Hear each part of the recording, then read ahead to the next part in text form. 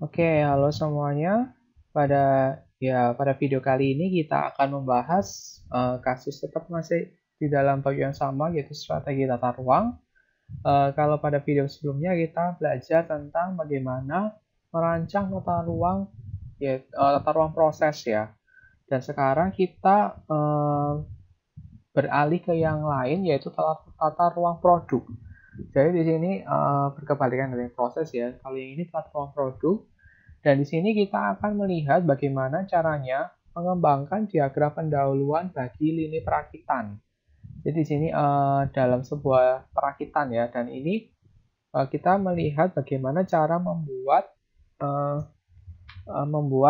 mengembangkan diagram pendahuluan bagi lini perakitan. Oke, langsung saja kita masuk ke soalnya. Di sini soalnya Puing ingin mengembangkan diagram pendahuluan bagi komponen sayap elektrostatis yang memerlukan waktu total perakitan selama 65 menit. Berikut ini adalah daftar tugas, waktu perakitan, dan urutan kebutuhan pada Puing. Di sini ada tugasnya yaitu A, B, C, D, E, F, G, H, I. Terus ada waktu perakitannya 10 masing-masing tugasnya. Bervariasi ya, dengan waktu totalnya di sini 65 menit. Lalu ini kegiatan pendahulunya adalah ini kita bisa lihat sendiri. Oke, jika Bu ingin memiliki waktu produksi sehari 480 menit dan memerlukan 40 unit komponen sayap, tentukan ini gambar diagram preseden lininya, lalu hitung siklus waktunya, lalu jumlah stasiun kerja minimal, lalu susunlah stasiun kerjanya, lalu hitung waktu tunggu masing-masing siklus, dan yang terakhir yaitu hitunglah efisiensi lini yang sudah ada susun. Nah, sekarang kita masuk ke yang pertama, ini ya, yaitu gambarkan diagram preseden lini. Nah, ini kita sekarang menggambar lagi. Kalau di sini kita kan banyak menggambar ya. Jadi di sini kita lihat dari tabel ini. Kita lihat sekarang pada tabel ini. Tabel ini ya. Ups. Tabel ini. Nah, kita lihat tabel ini. Di sini untuk tugasnya, yaitu tugas A, waktunya 10 menit. Oke, kita gambar.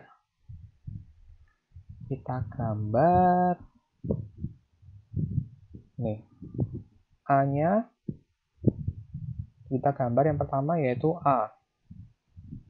Waktu tugasnya perakitannya adalah 10 menit. Oke, sekarang kita dari yang A. Berarti di sini adalah yang pertama ya. Lalu yang B, kita lihat kegiatan pendahulu. Jadi maksud dari kegiatan pendahulu ini, yang ini, itu adalah kegiatan yang sebelumnya. Istilahnya bisa dibilang seperti kegiatan sebelumnya. Jadi di sini maksudnya adalah kegiatan sebelumnya. Jadi contohnya di sini adalah untuk yang B, kegiatan sebelumnya adalah A. Jadi kalau misalnya kita gambarkan, di sini untuk yang kegiatan sebelumnya B adalah A. Berarti kita gambarkan seperti ini. Waktunya yaitu 11 menit. Oke, kenapa kok seperti ini gambarnya? Jadi kita lihat di sini. Ini adalah kegiatan sebelumnya. Ini adalah kegiatan sebelumnya. Oops. Jadi untuk yang kegiatan pendahulu ini adalah kegiatan sebelumnya. Jadi kegiatan sebelumnya ini adalah untuk yang B itu adalah A. Lalu untuk yang C ini adalah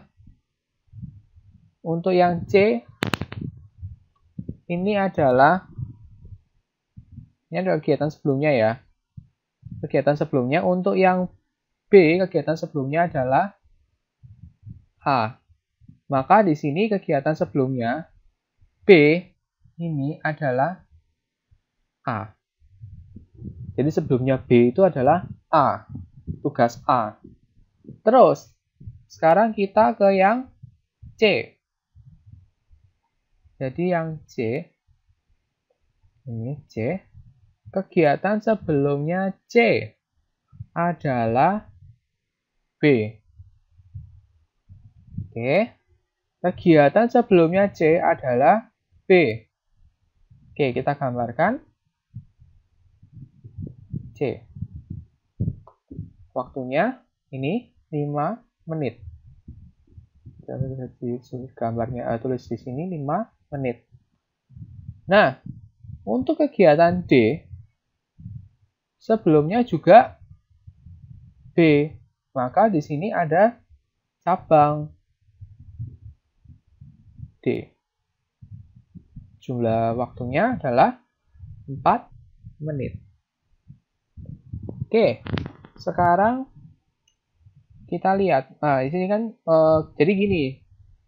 Bagaimana cara membaca tabel ini? Yaitu untuk kegiatan pendahulu ini adalah kegiatan sebelumnya. Jadi kegiatan sebelumnya A itu adalah 0 atau tidak ada. Jadi maksudnya bukan 0 tapi tidak ada. Jadi dapat dipastikan adalah A ini adalah kegiatan pertama. Kegiatan pertama. Jadi untuk karena di sini pendahulu sebelumnya kegiatan A itu nggak ada, berarti dia adalah yang memulai. Mulainya itu di A. Nah, selanjutnya adalah kegiatan B, atau tugas B. Tugas B ini kegiatannya sebelumnya itu adalah A. Maka di sini kita bisa gambarkan seperti ini, yaitu sebelum di sini B, sebelumnya B adalah A.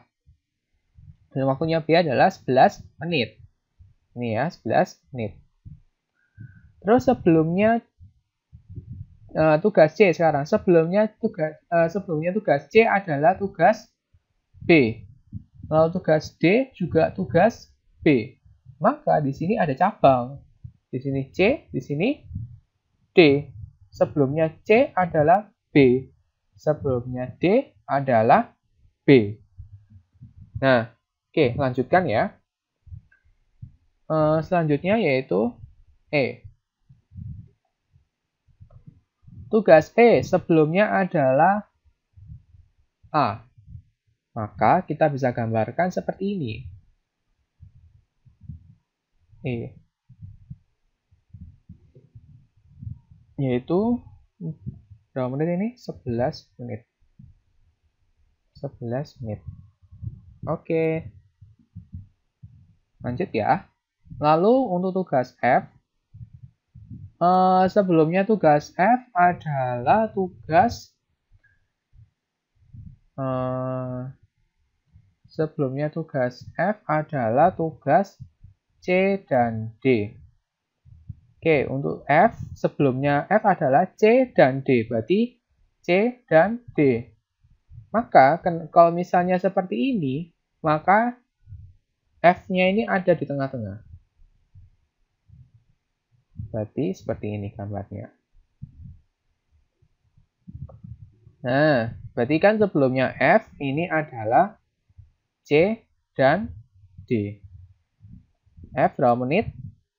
3 menit. Oke, selanjutnya adalah tugas G. Tugas G, ini tugas G.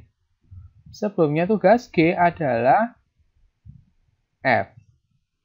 Maka di sini kita gambarkan seperti ini. Ini G.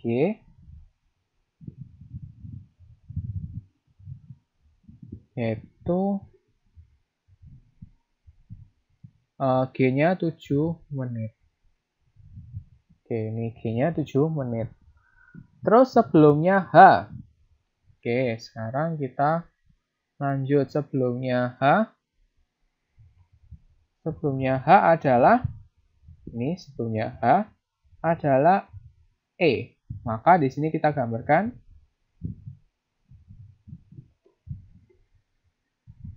ini adalah H.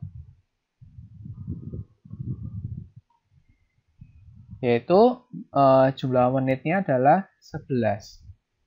11 menit. Oke, yang terakhir. Untuk yang terakhir, jumlah tugas I. Sebelumnya I adalah G dan H. Maka, karena tadi kan seperti yang tadi C sama D, maka I ada di tengah-tengah. Karena sebelumnya I adalah G dan H. Oke, seperti ini gambarnya. Kita sudah bisa menjawab untuk soal yang A. Oke, di sini gambarnya, jadi kita cocokkan lagi. Untuk A, karena di sini ada dia, kenapa bisa yang awal? Karena di sini sebelumnya ini nggak ada tugasnya sama sekali sebelumnya A. Maka di sini A itu adalah pasti yang pertama. Lalu B sebelumnya adalah A. Maka di sini gambarnya seperti ini. B didahului oleh A, atau sebelumnya B adalah A. Terus ini C, tugas C sebelumnya adalah B. Maka seperti ini. C didahului oleh B.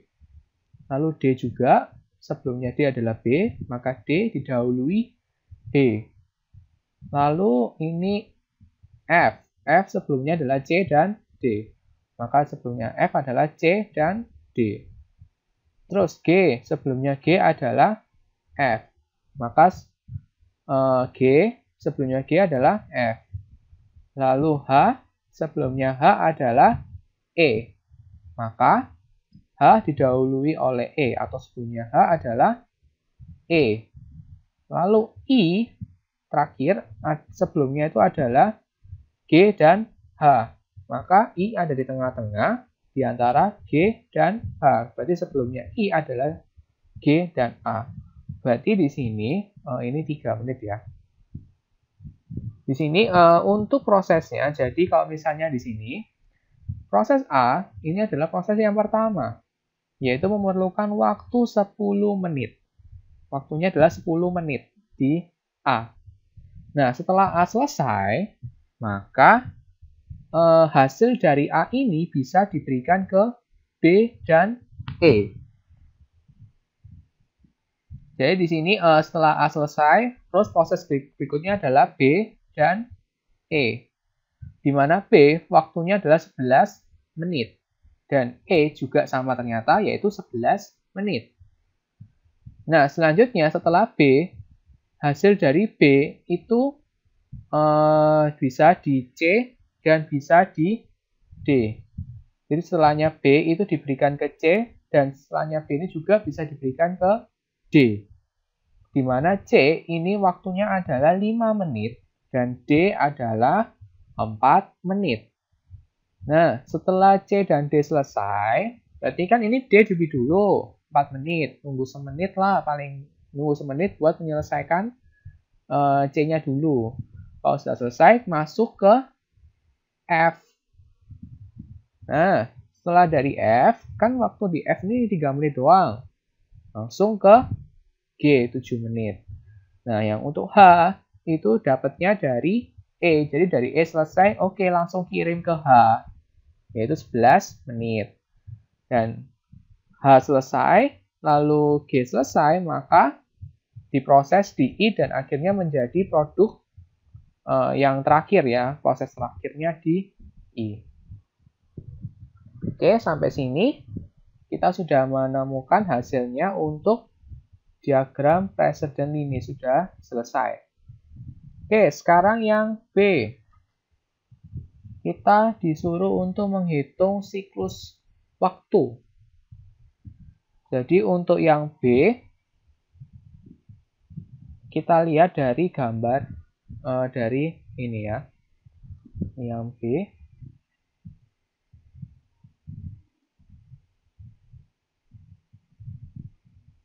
Yang B. Jadi ini siklus waktu.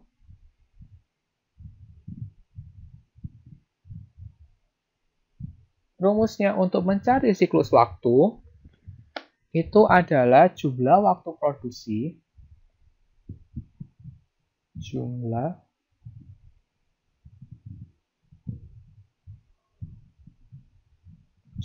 waktu produksi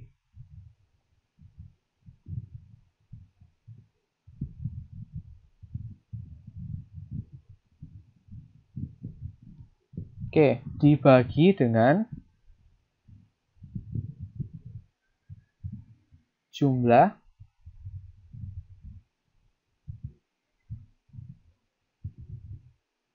unit. Untuk jumlah waktu produksi kita lihat di soalnya ini ya. Di soalnya ini, nah ini ada keterangannya. Jika Boeing memiliki waktu produksi dalam sehari adalah 480 menit dan memerlukan 40 unit komponen sayap. Maka di sini untuk jumlah waktu produksi, ini jumlah waktu produksinya adalah, kita lihat di sini yaitu 480 menit. Jumlah waktu produksinya 480 menit. Yaitu di sini 480 menit. Dibagi dengan jumlah unitnya. Jadi ini jumlah unitnya. Itu lihatnya dari ini. Jumlah unitnya dalam sehari dia bisa memerlukan 40 unit. Maka di sini dibagi dengan 40 unit.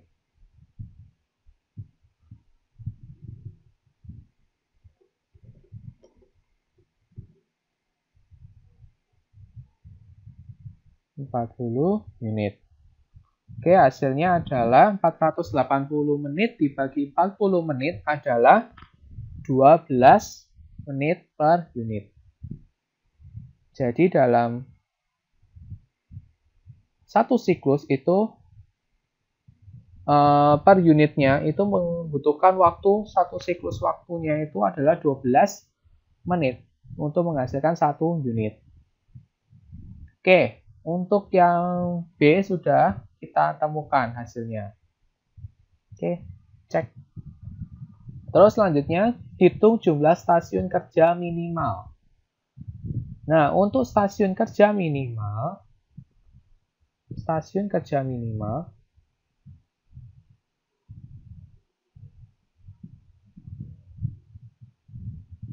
itu rumusnya yaitu jumlah waktu tugas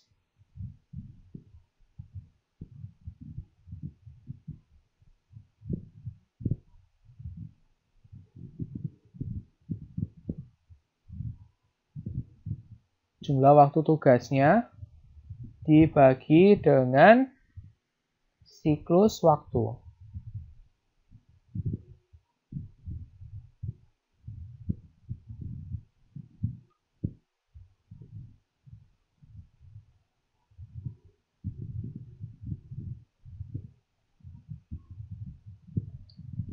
Untuk jumlah waktu tugasnya di mana ya jumlah waktu tugasnya? Jumlah waktu tugas kita lihat di sini. Untuk yang di tabelnya, waktu totalnya ini adalah jumlah waktu tugas dari keseluruhan tugas. Di sini kan tugasnya adalah A sampai I. Nah, jumlah keseluruhannya adalah 65 menit. Berarti di sini adalah 65 menit dibagi dengan siklus waktunya yaitu 12. 12-nya dapat dari ini ya. Nih. Berarti hasilnya adalah 65 bagi 12 hasilnya adalah 5,42 atau dibulatkan jadi 6 stasiun kerja.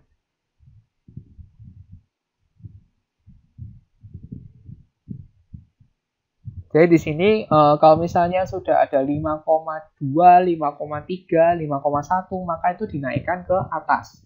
Jadinya 6 stasiun. Oke, kita sudah menemukan hasilnya untuk yang C, yaitu jumlah stasiun kerja minimalnya.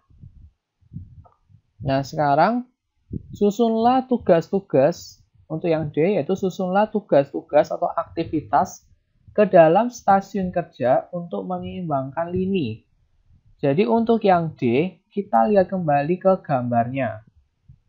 Nah, ini ada gambarnya untuk tugas-tugas stasiun-stasiunnya. Ini kan kita sudah menemukan hasilnya adalah 6 stasiun. Maka semua ini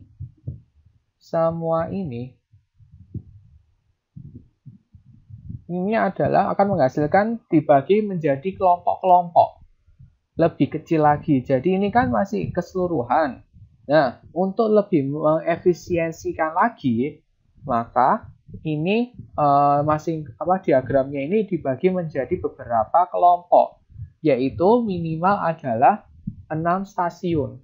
Minimal adalah 6 stasiun kerja. Nah, bagaimana cara mengelompokkannya? Nah, kita lihat di sini untuk siklus waktunya adalah 12 menit. Maka satu stasiun kerja, berarti ini satu stasiun kerja,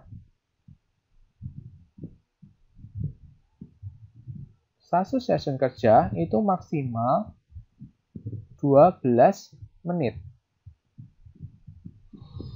Jadi dalam satu stasiun kerja atau satu kelompok itu maksimal waktu yang dihabiskan adalah 12 menit. Oke, sekarang kita kelompokkan dari diagram ini yang kita sudah buat. Nah, oke, kita mulai buat. Untuk A, kalau ini kan 10. A kan 10.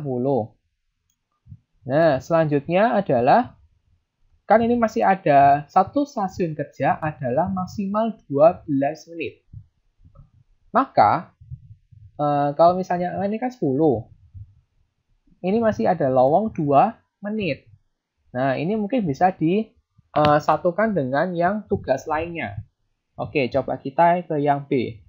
Yang B waktunya adalah 11 menit. Maka 10 ditambah 11, ini coba kita tambahkan, hasilnya adalah 22. Maka, oke, kalau misalnya 10 tambah 21. Nah, tapi di sini untuk maksimalnya kan 12, satu kelompok. Maka kita tidak bisa kelompokkan A dengan B, karena totalnya adalah 21.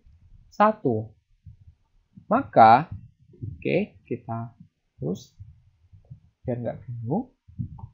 Maka untuk A dengan B kita tidak bisa kelompokkan menjadi 1. Oke, A dengan B kita nggak bisa kelompokkan jadi 1.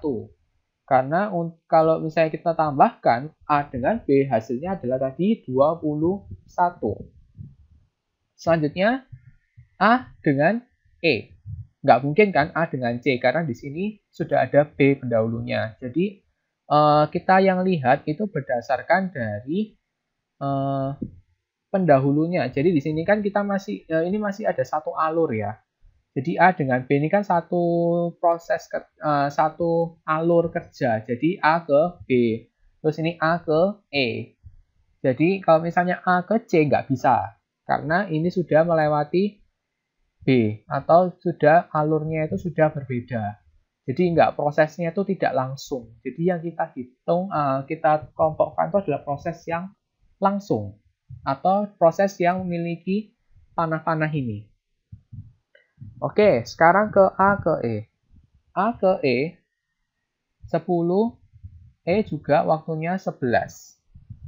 Kasusnya sama dengan yang B. Kalau misalnya di total, hasilnya adalah 21. Maka untuk yang A dengan E juga tidak bisa kita gabungkan.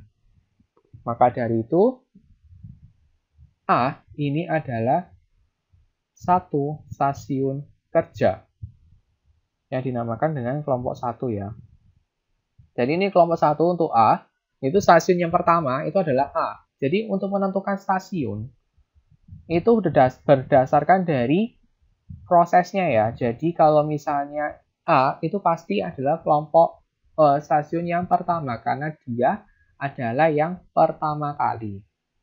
Dan kalau misalnya digabung dengan yang lain juga tidak bisa karena kalau misalnya ditambahkan waktunya ini hasilnya 21 dengan E juga hasilnya 21. Padahal kita untuk satu stasiun kerja maksimal 12 menit, maka itu tidak bisa dikelompokkan.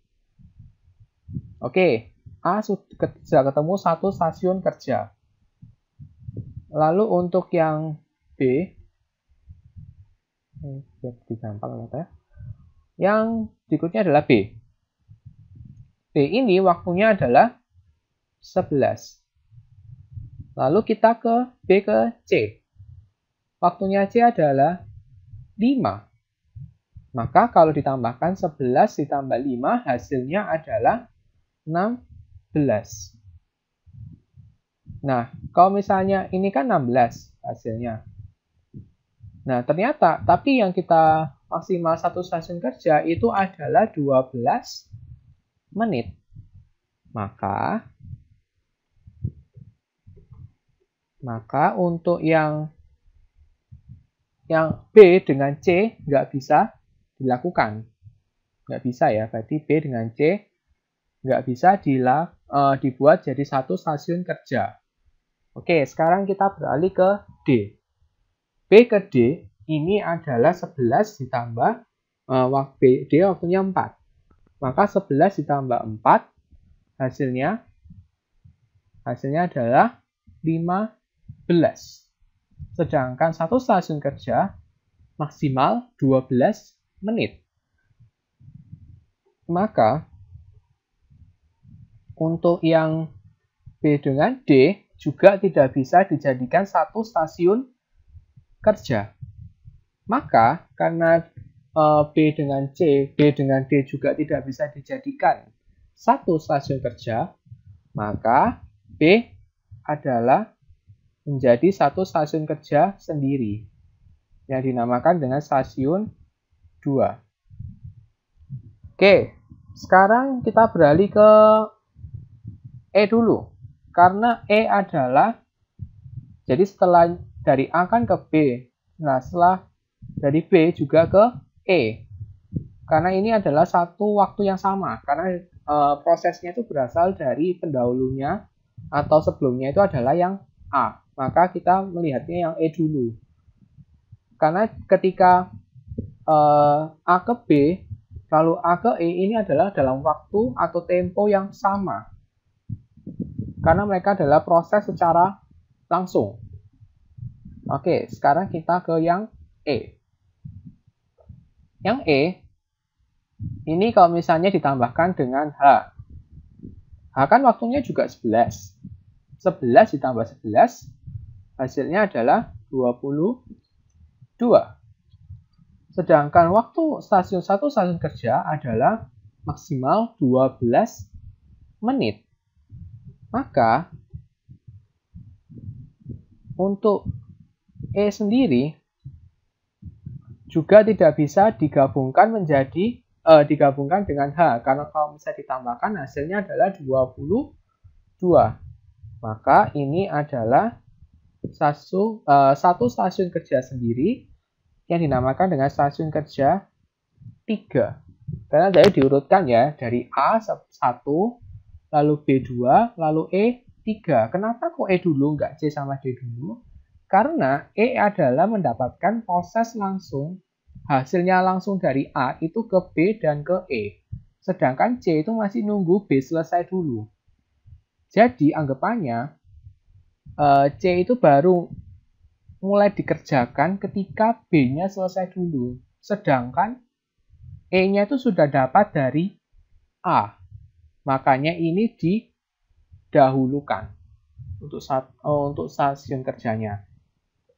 Oke, sekarang kita beralih ke sini. Karena untuk yang H kan nunggu E selesai dulu. Dan ini untuk prosesnya CD. C sama D ini sebenarnya sama H masuknya sama. Karena di sini untuk waktunya B dan waktunya E itu sama-sama 11. Maka di sini C sama D dapat dari B itu sama dengan H dapat dari dapat dari E.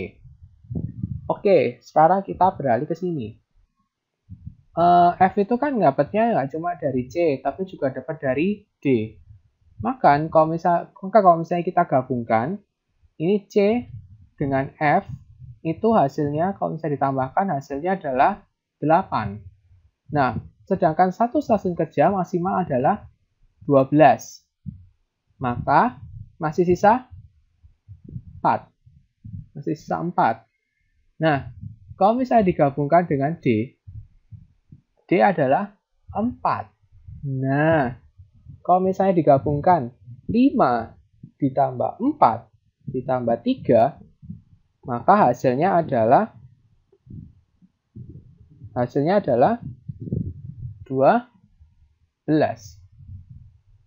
Jadi 5 ditambah 4 tambah 3, hasilnya adalah 12. Maka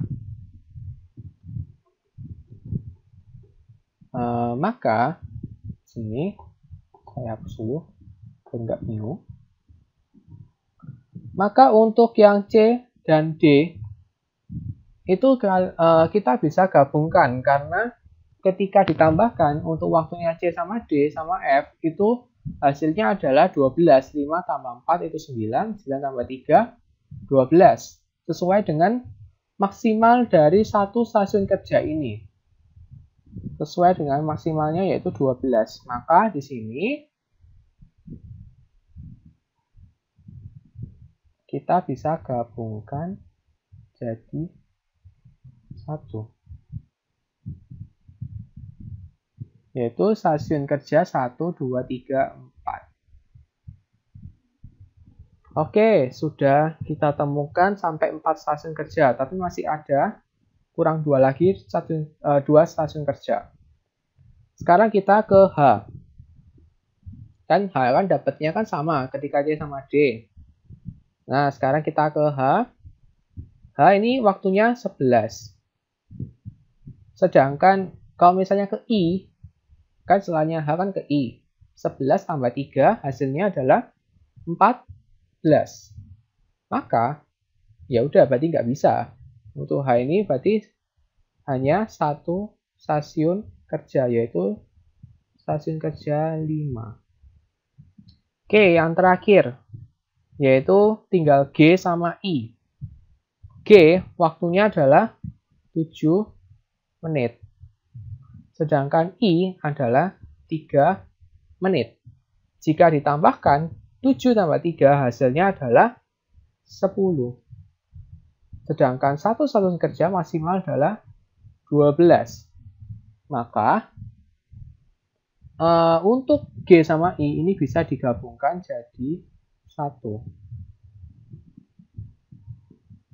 Yaitu di terakhir yaitu stasiun kerja 6.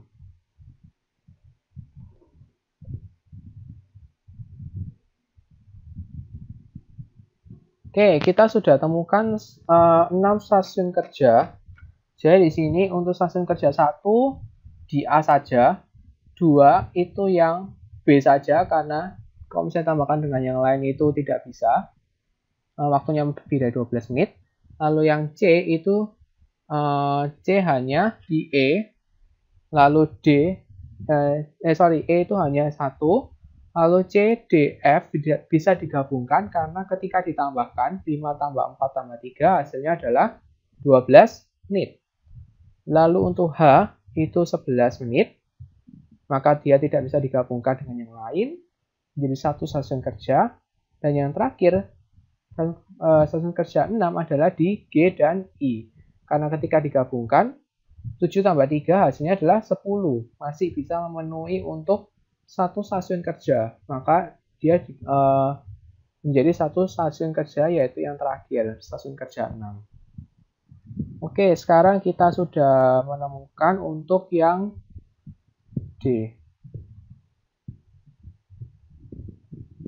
Terus sekarang yang E, yaitu hitunglah waktu tunggu masing-masing siklus. Waktu tunggu untuk masing-masing siklus.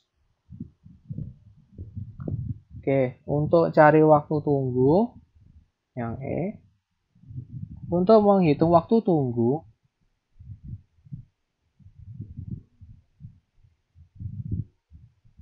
itu rumusnya adalah jumlah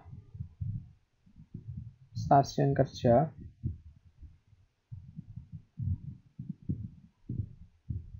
dikalikan dengan jumlah siklus waktunya ya. Siklus waktu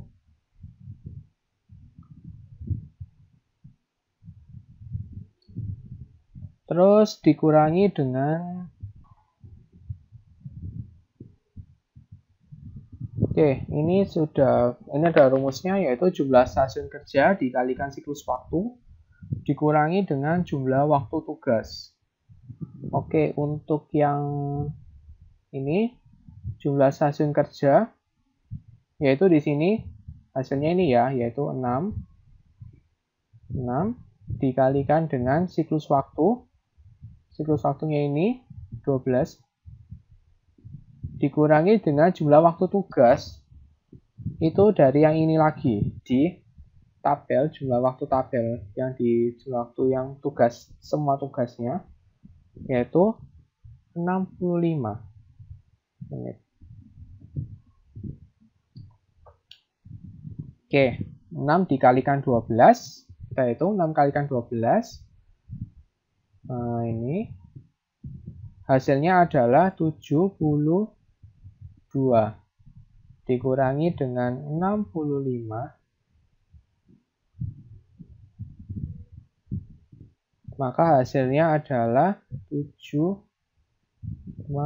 menit.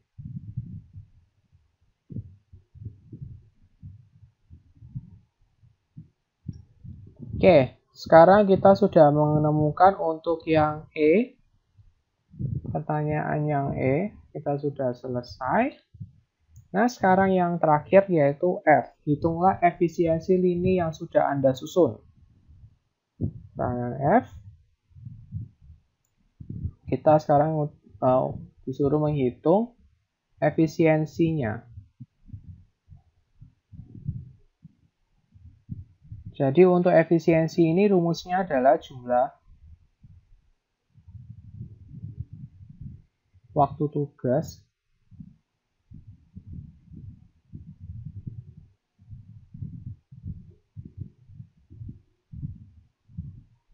dibagi dengan jumlah stasiun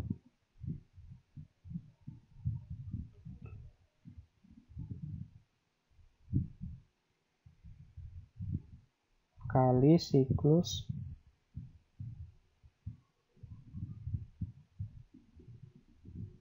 waktu.